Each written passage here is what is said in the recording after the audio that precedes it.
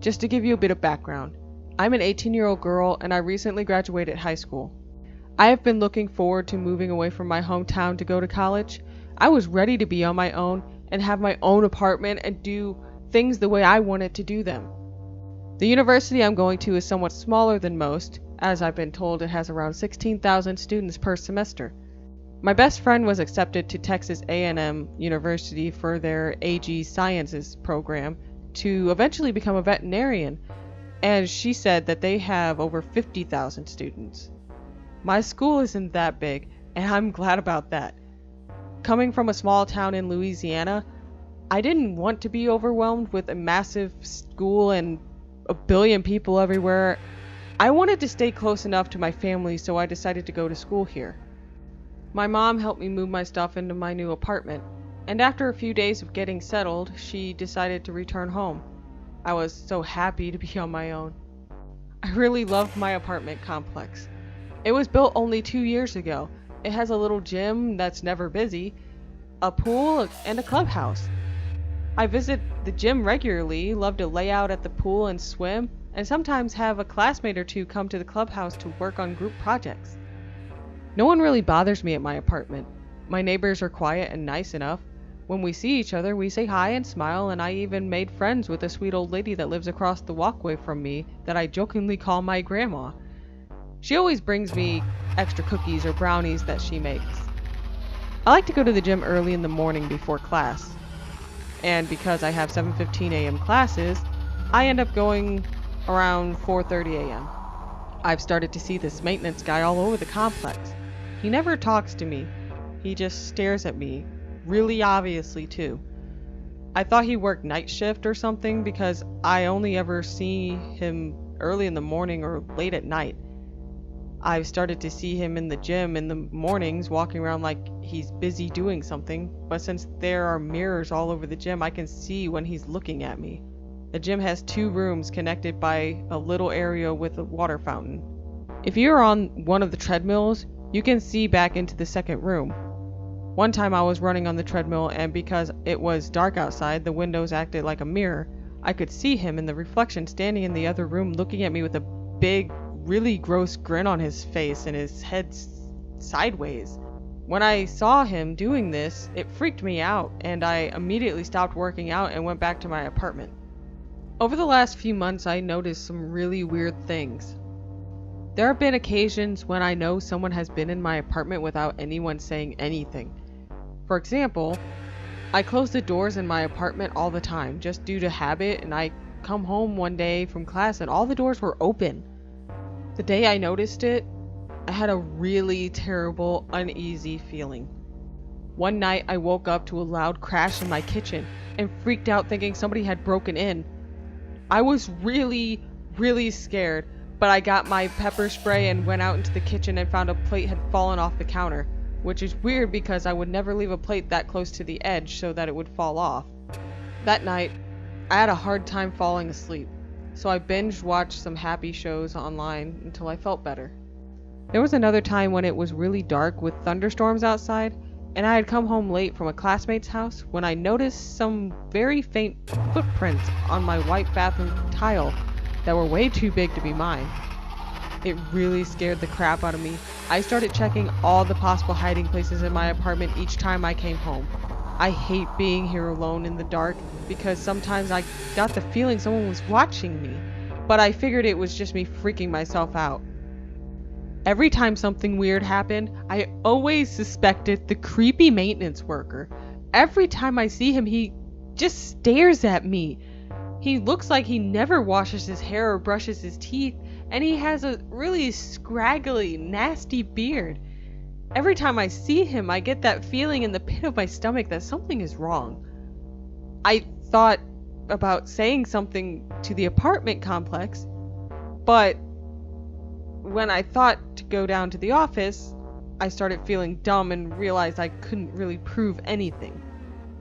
I decided that I would go get one of those hidden nanny cams and put it in my apartment and set the video when I'm at class to see if anyone's coming in while I'm gone. Each day when I would leave for school, I would turn on the nanny cam and point it towards the front door. When I came home from class, I would check the footage, and after 2 weeks, I didn't see anything out of the ordinary. No one came into the apartment. I was talking to my best friend about the weird things that have been happening, and I told her I hadn't found anything. After a long conversation, she paused and said she didn't want to scare me, but to try and set my nanny cam up at night in my room and see if it finds anything. The idea was terrifying to me. The chance that someone would be in my room while I was sleeping really bothered me. But after a bit, she convinced me to do it. For a whole week, I set it up at night in my room, and each morning would check the camera. Each day I checked it, I was relieved to find nothing on the memory card. But the whole situation bothered me and made it hard to sleep. On the 8th day, I woke up and checked the camera card again. I was in total shock and couldn't believe what I found. At about 1:45 a.m., somebody carefully creeped into my room and stood there staring at me while I slept. While I slept, someone stood in my room staring at me. I can't even believe I'm writing this. I'm already shivering uncontrollably just thinking about it.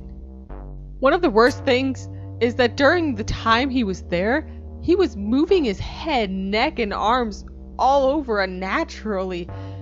He also made very strange gestures with his hands, and sometimes he would bend backwards with his face pointed towards the ceiling. He would make very jerky movements and hold the position, then quickly jerk into another position. He opened his mouth really wide while moving his jaw around. I'm not sure what woke me up, but at one point I moved around in bed and he darted into the other room. I got up to go pee, then went and laid back down and fell back asleep. He peeked his head back into the room and watched for about 2 or 3 minutes, still opening his jaw really wide and craning his neck sideways. Then I guess he left because I no longer saw him on the video after that. I immediately took this to the office and showed the office manager on her computer. As she watched the video, her eyes got huge and her jaw opened and hung there. She looked horrified and immediately began to sob uncontrollably. I figured she was crying because of one of her employees could get himself and her fired or worse.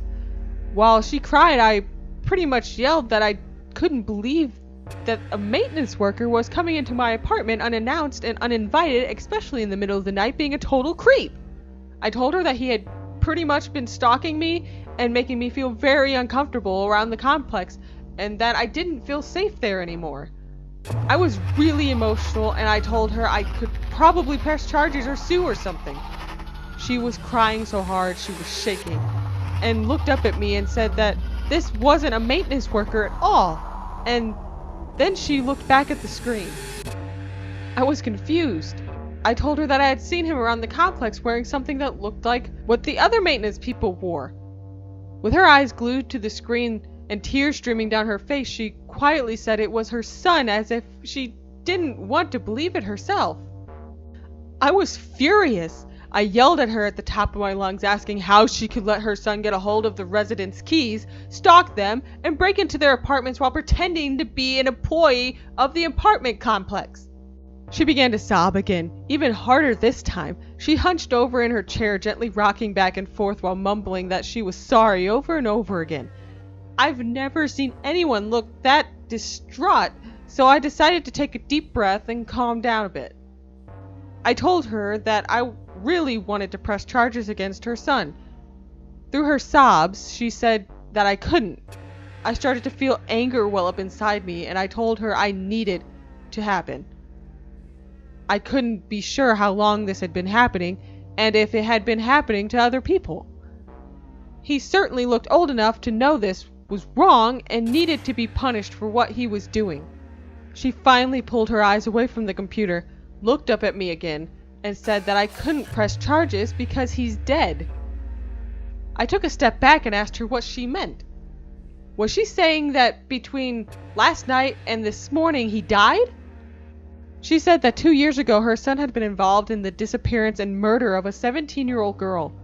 When he was taken into custody, his DNA connected him to that murder and 3 other disappearances.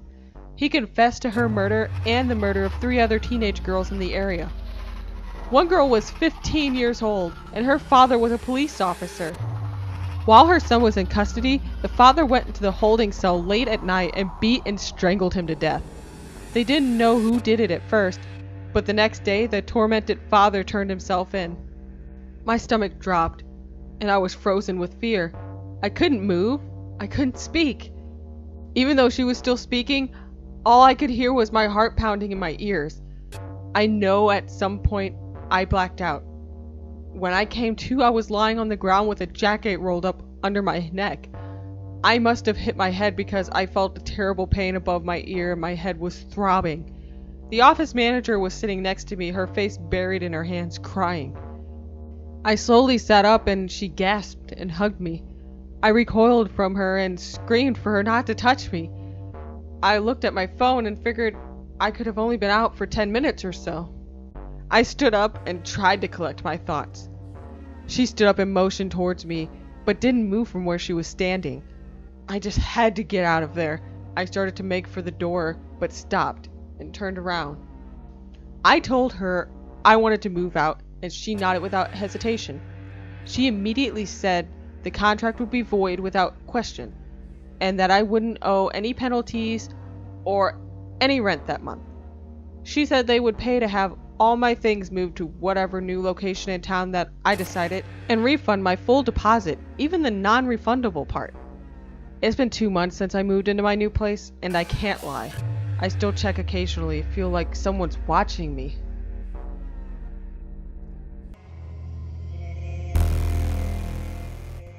I'll start out by saying I know it's cliche to have a story that involves a mental hospital, but this is just what happened to me.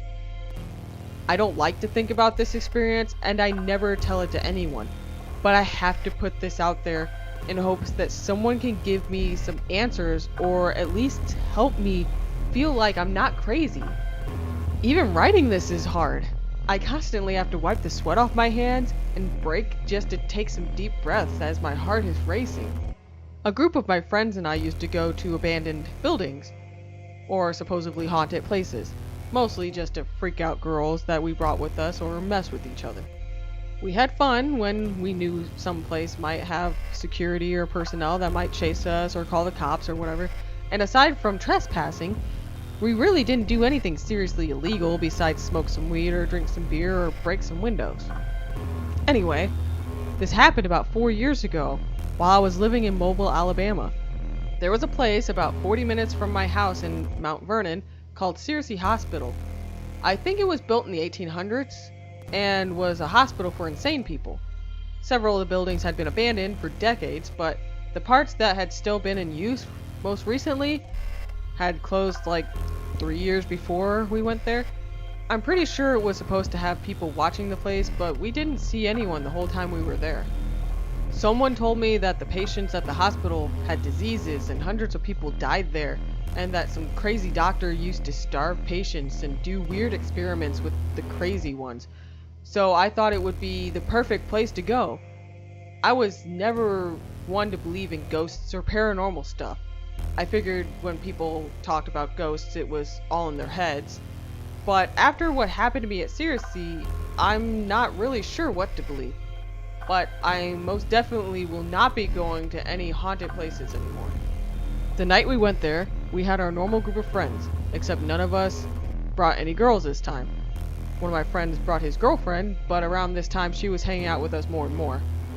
I ended up driving some of our group in my car, and when we got close, I decided to avoid the main driveway, as I was told there were guards that watched the buildings. I can't remember the name of the road, but there was one that went around behind the main buildings. I parked along the road in a little gravel area that had enough room for our cars. We walked down a narrow footpath and through a small wooded area that surprisingly wasn't too muddy, even though we had a bunch of storms come through around this time. On the other side of the woods, there were 3 buildings that looked like they had been abandoned for a while. One of them was a massive 2-story building, so we decided to start there. I remember the building having a particularly creepy vibe. There were only a few lights a short distance from these buildings, but it was still really, really dark, which made me even more glad that I decided to bring a flashlight instead of us just using our phone's light. We found a side door that had some stuff barricaded from the other side, and with quite a bit of effort, pushed our way in. It ended up being a heavy dresser-looking piece of furniture and several mattresses that were leaned up against the door. Luckily, the floor in there wasn't wet. Otherwise, it probably would have been too hard to move the mattresses enough for us to squeeze in. The first thing I noticed was the smell. It was really, really musty. It was normal that abandoned buildings we had gone in smelled of that strong, moldy odor, but I distinctly remember the smell of something that had died. The room we walked into had a lot of old bed frames and torn up curtains on the windows. I remember thinking that it would be a perfect place to make a Blair Witch type movie. My friend's girlfriend was super jumpy, and it was really easy to scare her. So everyone was taking turns messing with her, but my friend didn't really care since they just hugged their way through the place. We moved into a long hallway with lots of doors closed on either side. We figured most of the rooms on this hall were patient rooms. The majority of the doors were closed and locked, but there were a few that had the doors missing, so we wandered around in the building looking at stuff. None of the rooms were out of the ordinary. There were old pipes dripping, ceiling and walls peeling, broken windows, and old broken furniture and chairs. Most of the group wanted to go to the second floor of this wing and keep looking through the rooms, but I figured that it was the same stuff as the first floor. My friend Aaron and I decided to go check out a different wing of that building. We also thought that if we separated, we could find some way to screw with everyone later on.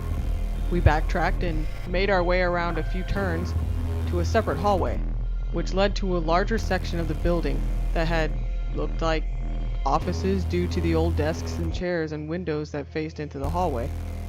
I like to rummage through desks, filing cabinets, and things of that sort to see if I could find any old stuff. I was really hoping to find something for my collection, as I had some strange fascination with old pictures and documents as a teenager. I told Aaron I was going to check a series of offices that were connected by a bunch of doors, and he said that he was going to see where the end of the hallway led to and then come right back. I didn't find anything in the first or second office, but there was a small closet at the end of this string of offices. I found a filing cabinet that had some folders with labels on them. I pulled out the folders, checked them one by one, and found them all to be empty. Underneath the last folder, stuck up against the back of the drawer, was an old picture of a hospital worker holding someone down on a bed. On the back of it said, "Jeffrey's combative and incoherent, not eating." I was super happy to find this picture, and as soon as I put it in my pocket, I heard a loud crash and boom that sounded like it came from down the hallway. I quickly ran back through the offices and into the hallway, shot my flashlight down the hallway, and called out to Aaron. It was totally silent and for some reason became really cold. I figured he was going to try and scare me, so I walked slowly toward the end of the hallway where he motioned before he was heading. I peered into the rooms to the left and right as I walked, trying to see if I could spot him. Even though I was sure he caused the sound I heard, it caught me off guard and my heart was pounding really hard. I was trying to move as slowly and quietly as possible so that he couldn't tell where I was. I thought maybe I could turn the tables and scare him instead. As I got to about the middle of the hallway, I stopped and turned my light off and stood perfectly still to see if I could hear anything from him. There was only the faintest light from outside of the building coming into the hallway through the few rooms with open doors. I listened for a few seconds, and I absolutely heard someone whisper something like, "Please stop. I can't take it," coming from the room to my right. I thought it was Aaron, so I spoke loudly and said something like, "Haha, dude, I hear you whispering in there." I flicked my light back on and walked into the room completely expecting to find him, but there wasn't anything in there and no other rooms connected to it. My stomach dropped and I felt a chill go up my spine. I tried to tell myself that maybe it was the wind or something else.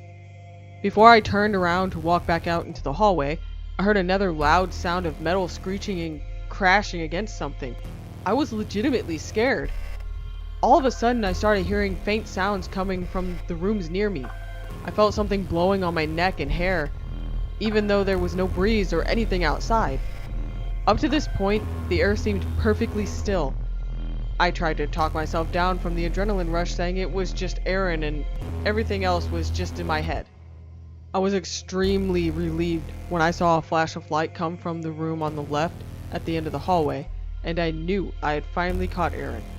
I walked straight down the hallway and burst into that room, but he wasn't there.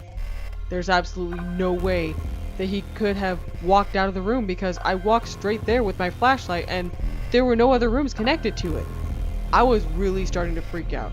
I remember my heart pounding harder than ever before. I know for a fact that I saw a light coming from inside the room.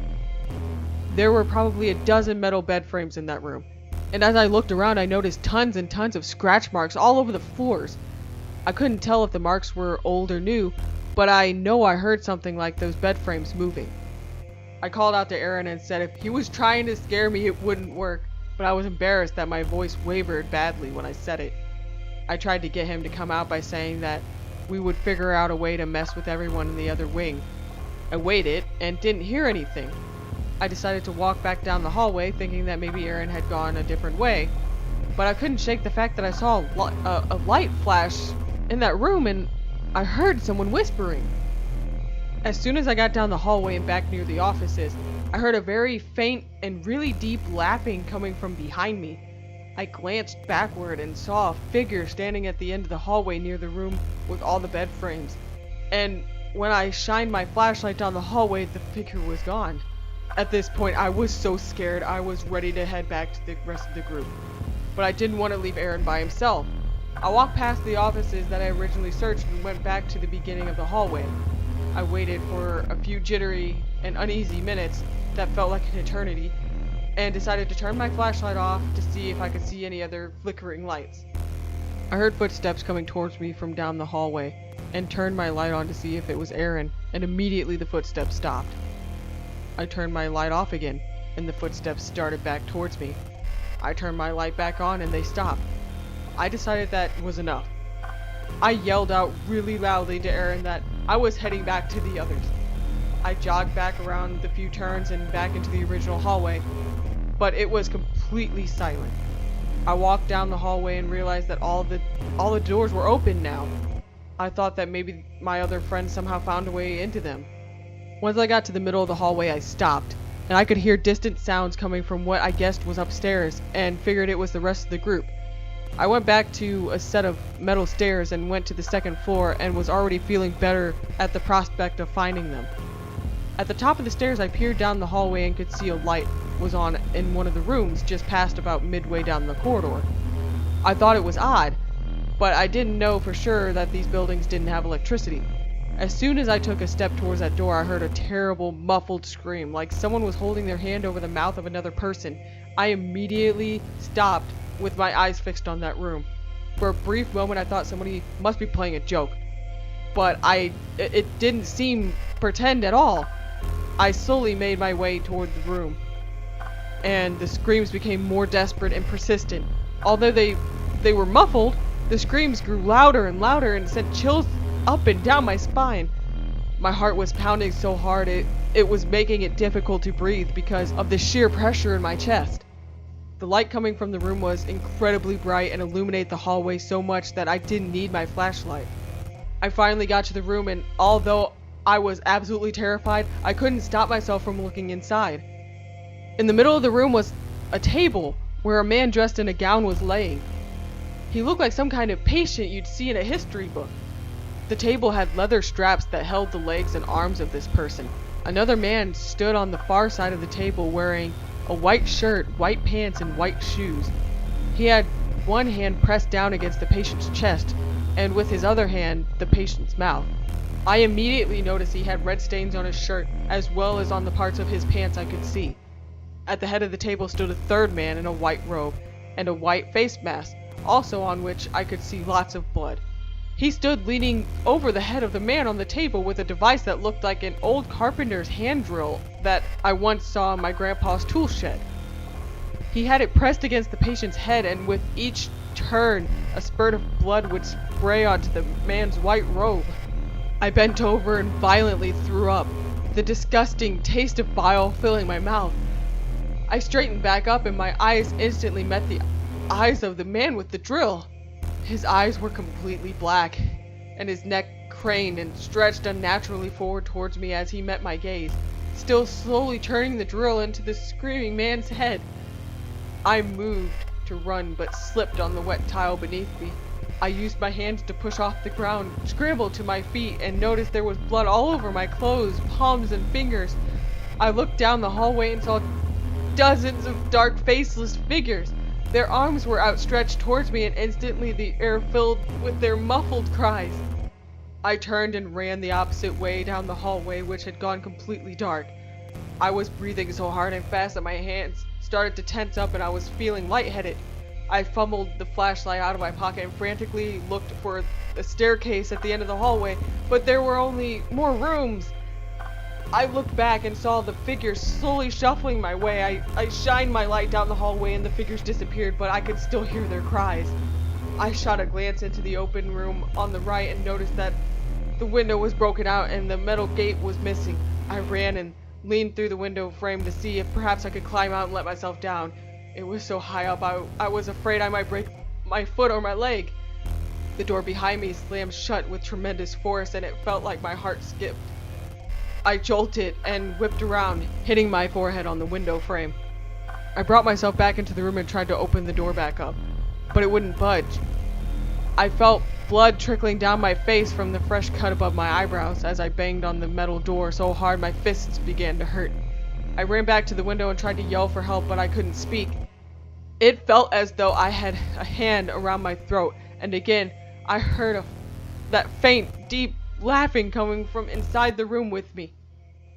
I sunk down against the wall under the window with my knees bent up near my chest, my face down in between, and I began to sob uncontrollably.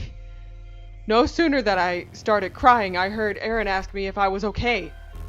I lifted my head up to see a very concerned look on his face. He asked me again if I was okay and kept pressing to know what was wrong. I was confused. I didn't know what to say. I told him that I had been looking all over the building for what seemed like hours and couldn't find anyone. He had a confused look on his face and said it was impossible. He said that as soon as he walked down to the end of the hallway, he thought he heard some banging, came running back and found me in here in the back of the offices. I looked to my right and I saw the filing cabinet where I found the picture that was still in my pocket.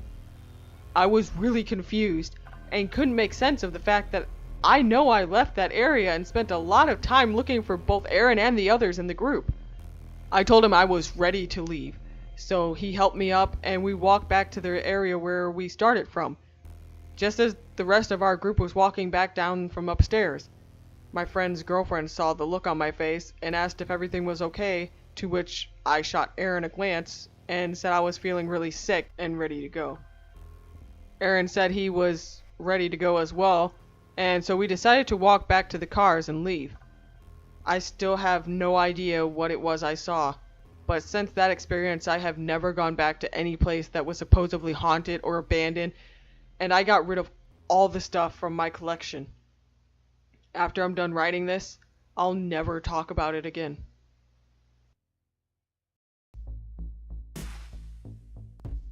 I am a worthless piece of shit.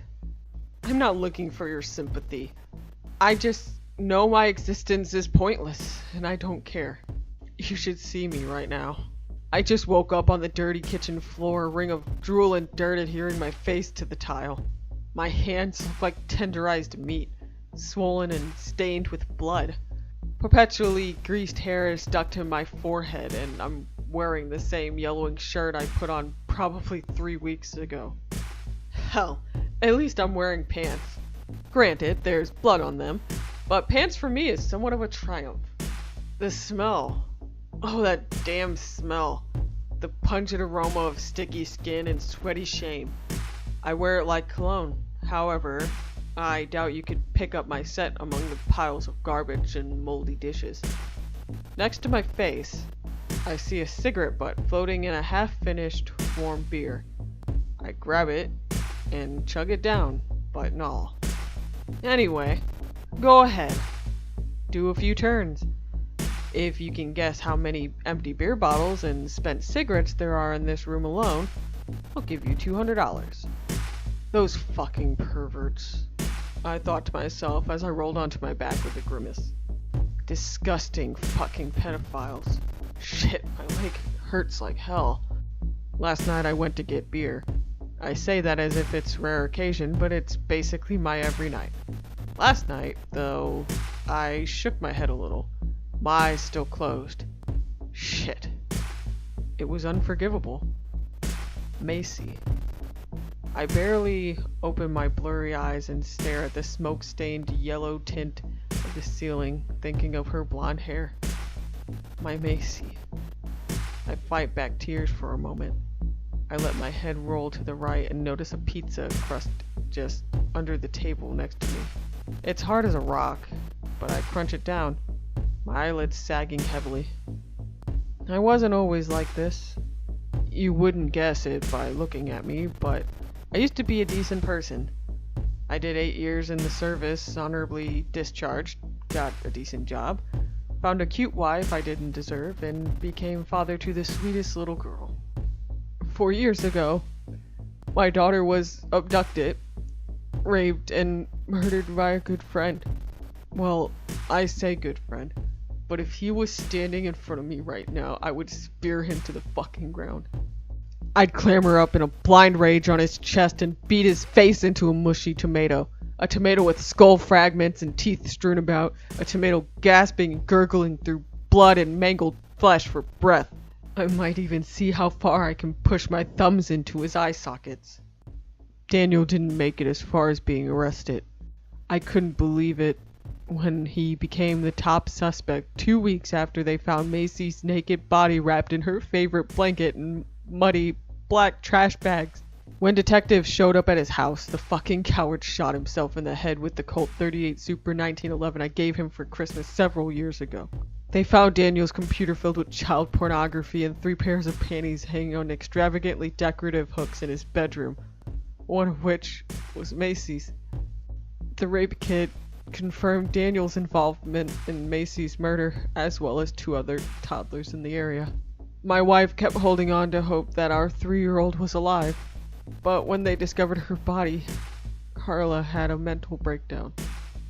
She wouldn't eat, didn't sleep, and eventually overdosed. I'm not convinced it was on purpose, but it was determined to be suicide. Make no mistake, the thought has crossed my mind. It would be fucking easy to be done with it all. On my usual trip, I walked to the same corner store, talked to the same clerk, buy the same beer, smoked the same cigarettes. 2 years, and I still don't know that damned clerk's name.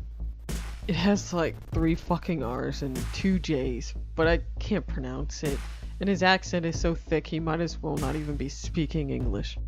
Last night, I've run out of beer, and the drunkenness is starting to work its way back into a heavy buzz, so I decided to take my walk.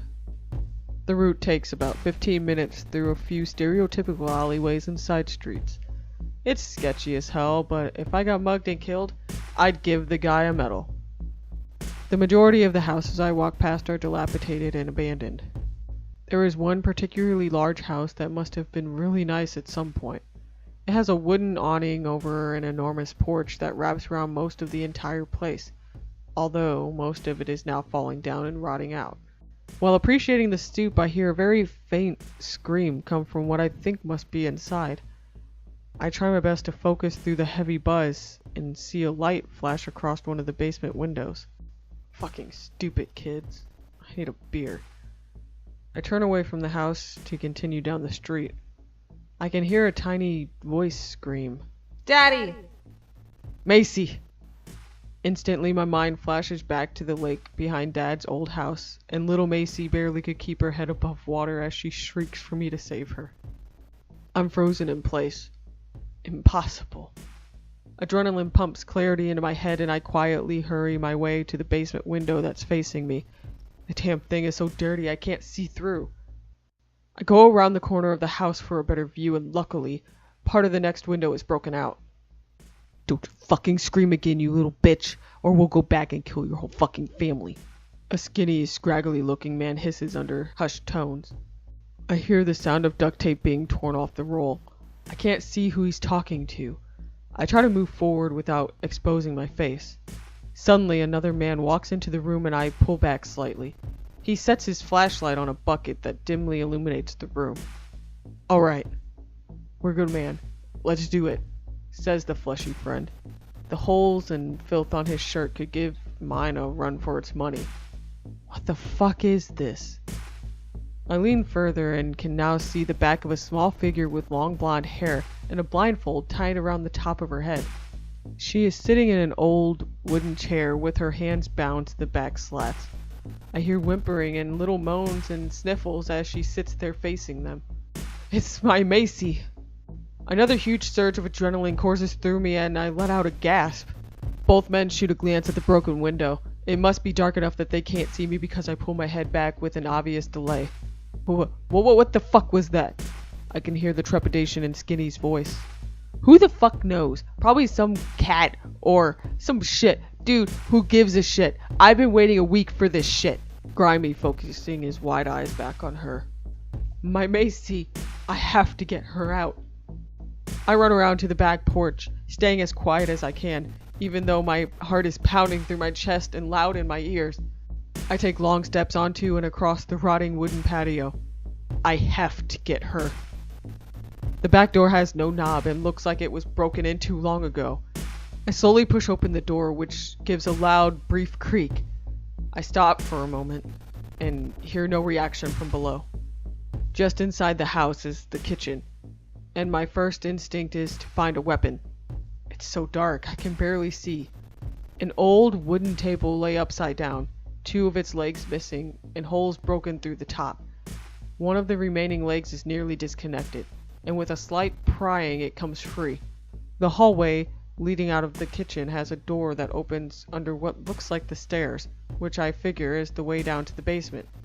The floor is surprisingly quiet as I work my way to the door, but the old wooden basement stairs are probably going to make noise. I have to move fast. I can hear muffles of men speaking, and as I open the door slowly, the muffles become audible. I'm keeping her panties. You got the last one. Fleshy, the cocksucker, states fervently. Then let me go first this time. Skinny insists. Daniel kept her panties. My nervous stomach and anxiety are rapidly unraveling into rage. He fucking kept them like a trophy. I go berserk. I hurl myself down the stairs, alerting the 2 sons of bitches. Skinny belting out, "Someone's here!" I land at the bottom of the steps and raise the wooden leg up just as Skinny appears through the doorway. I let loose a maniacal howl and smash the square edge into his forehead and eyebrow. Blood explodes into his eyes and down his face, and the table leg shatters in my hand. Skinny goes limp and falls. His skull splits with a wet thud on the concrete floor. Fleshy pulls a knife and motions towards me. I am so enraged that I ignore the blade and charge him. The steel sinks into my upper thigh as I drive my shoulder into his chest. My momentum crushes him to the ground and sends him sliding a bit away from me. I reach out, pull on his shirt, and use it to clamber up on top of his chest. My legs pin down his arms and I begin to brutalize his face. Punch after vicious punch flays open skin every time I slam my fist into the red mess. The frenzy spurting increasing amounts of blood. His face starts to cave in as the fragile bones around his eyes and nose give way. Bright white pieces of bone appear amongst the pulp. It feels like I'm kneading strawberry jelly into cookie dough. I press my thumbs into where I think his eye socket should be. I push through the tissue and feel a hard ball under my right thumb. I drill my nail into it and feel the satisfying burst. I stop to catch my breath. My hands are gloved in dark crimson and tiny white fragments. Stringy red bubbles gurgle around his mouth and he gasps for breath through the carnage. I crawl over to my Macy, still tied to the chair, and lay my head on her lap. I slowly and loosely hug her tiny legs with my bloody arms. I sob like a child. After a few minutes, I look up and see a little girl with dark brown hair and soft features. Disoriented, I ask, "Where's Macy?" I gently reach my hand up and slip the blindfold over her head, and she makes a little squeak. Hair is glued to her face with sweat. I'm glassy-eyed and confused. She winces as I try my best to remove the duct tape from her mouth without hurting her. Tears trickle down and tumble across her chubby cheeks. I want to go home, she whimpers and sniffles, her eyes still fixed on me. The knife is sticking out of my leg, the searing pain forcing me to come to my senses. I gently reach my hand up on her shoulder and say, "Let's get you out of here." She nods slowly. I brace myself with a deep breath and pull the knife from my leg while I have some adrenaline left. I squeeze my eyes closed and clench my jaw with an involuntary grunt and grab my leg. 'Cause this fuck, that fucking hurt. Shit. Blood gushes from the opening as I take a few deep breaths. I cut out a big section of Skinny's shirt and wad it up and secure it over the wound with my belt. I carefully cut the ropes around her hands, pick the girl up, and carry her out of the house. Her little hand is clamped down on my finger while she walks, and I hobble towards the corner store.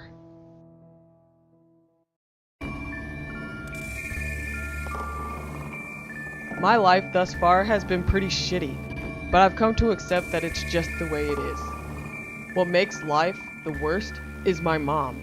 She's a stupid, worthless fucking bitch, and I hate her more than anything. I have spent countless hours wishing, hoping, and fantasizing about her death ever since I was little. My dad is a truck driver, so he isn't around much. He leaves for 2 weeks or longer at a time, and when he comes home, it's for no more than a day or two. When he is home, though, he's an abusive, perpetually drunken asshole that beats on my mom. I learned early to stay out of his way.